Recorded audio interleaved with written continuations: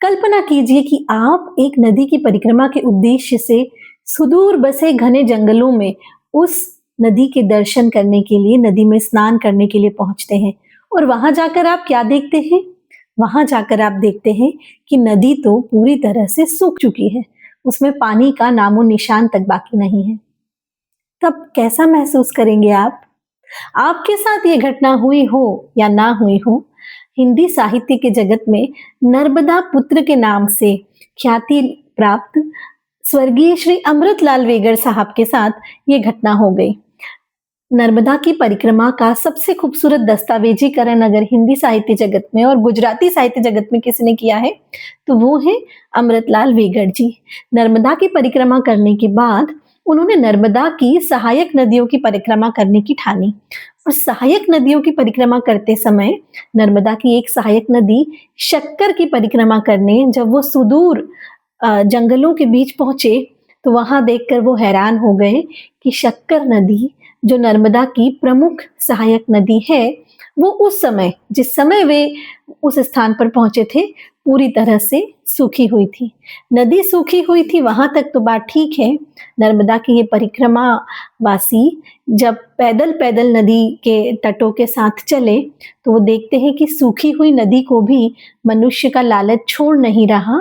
नदी के पाट में छेद करके भीतर बोरिंग डालकर नदी के नीचे भूगर्भ में से भी, सूखी हुई नदी के नीचे, सूखी जमीन के नीचे भूगर्भ में से भी इंसान पानी खींच रहा था। तो इस पूरे अनुभव को उन्होंने बहुत खूबसूरत शब्दों में बांधा, जिसे आप पढ़ सकते हैं तीरे तीरे नर्मदा नाम की पुस्तक में। मैं एक छोटा सा हिस्सा आपको पढ़कर सुनाती हूँ। नदियां क्यों सूख रही हैं? नदियां क्यों सूख रही हैं? क्या समुद्र सूख गया है? क्या बादल नहीं आ रहे? समुद्र भरपूर भरा है और बादल भी आ रहे हैं।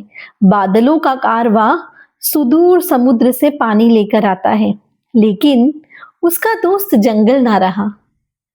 नदी यानी बेल, धरती पर पसरी पानी की बेल। जंगल काट कर हमने उसकी जड़ को ही काट डाला। अभी हमारी नदियों की दैत्य दशा चल रही है। उस कराल दैत्य का नाम है आदमी। अपनी 1000 क्रूर आंखें फाड़कर यह शिकार लोलुप दैत्य कह रहा है, हवा को, पानी को, पशु को, पक्षी को, पेड़ पौधों को, नदी को, मिट्टी को, किसी को भी जिंदा नहीं छोड़ूंगा। सभ्यता के कुंड में इन सब को झोंक कर राख कर दूंगा, तभी मुझे शांति मिलेगी।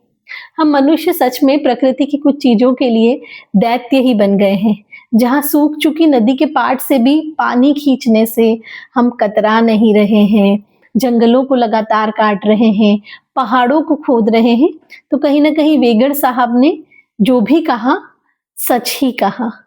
तो पर्यावरण की चिंता के साथ देश की सांस्कृतिक विविधता के दर्शन करने हो, एक बूढ़े परिक्रमावासी की हिम्मत देखनी हो, उनके शब्दों में बसा विनोद देखना हो, एक पति पत्नी का संबंध देखना हो, तो आप अमृतलाल वेगड़ साहब को पढ़िए। उनकी 3 किताबें अब उपलब्ध हैं। जो अंश मैंने आपको पढ़कर सुनाया वह इस किताब से था, जिसका नाम है तीरे तीरे नर्मदा। उनकी 2 अन्य किताबें हैं, सौंदर्य की नदी नर्मदा और अमृतस्य नर्मदा। उम्मीद है विश्व पर्यावरण दिवस पर आप हमारे देश की नदियों, पहाड़ों, समंदर, पेड़ पौधों और जंगलों के बारे में थोड़ा सा जरूर सोचेंगे।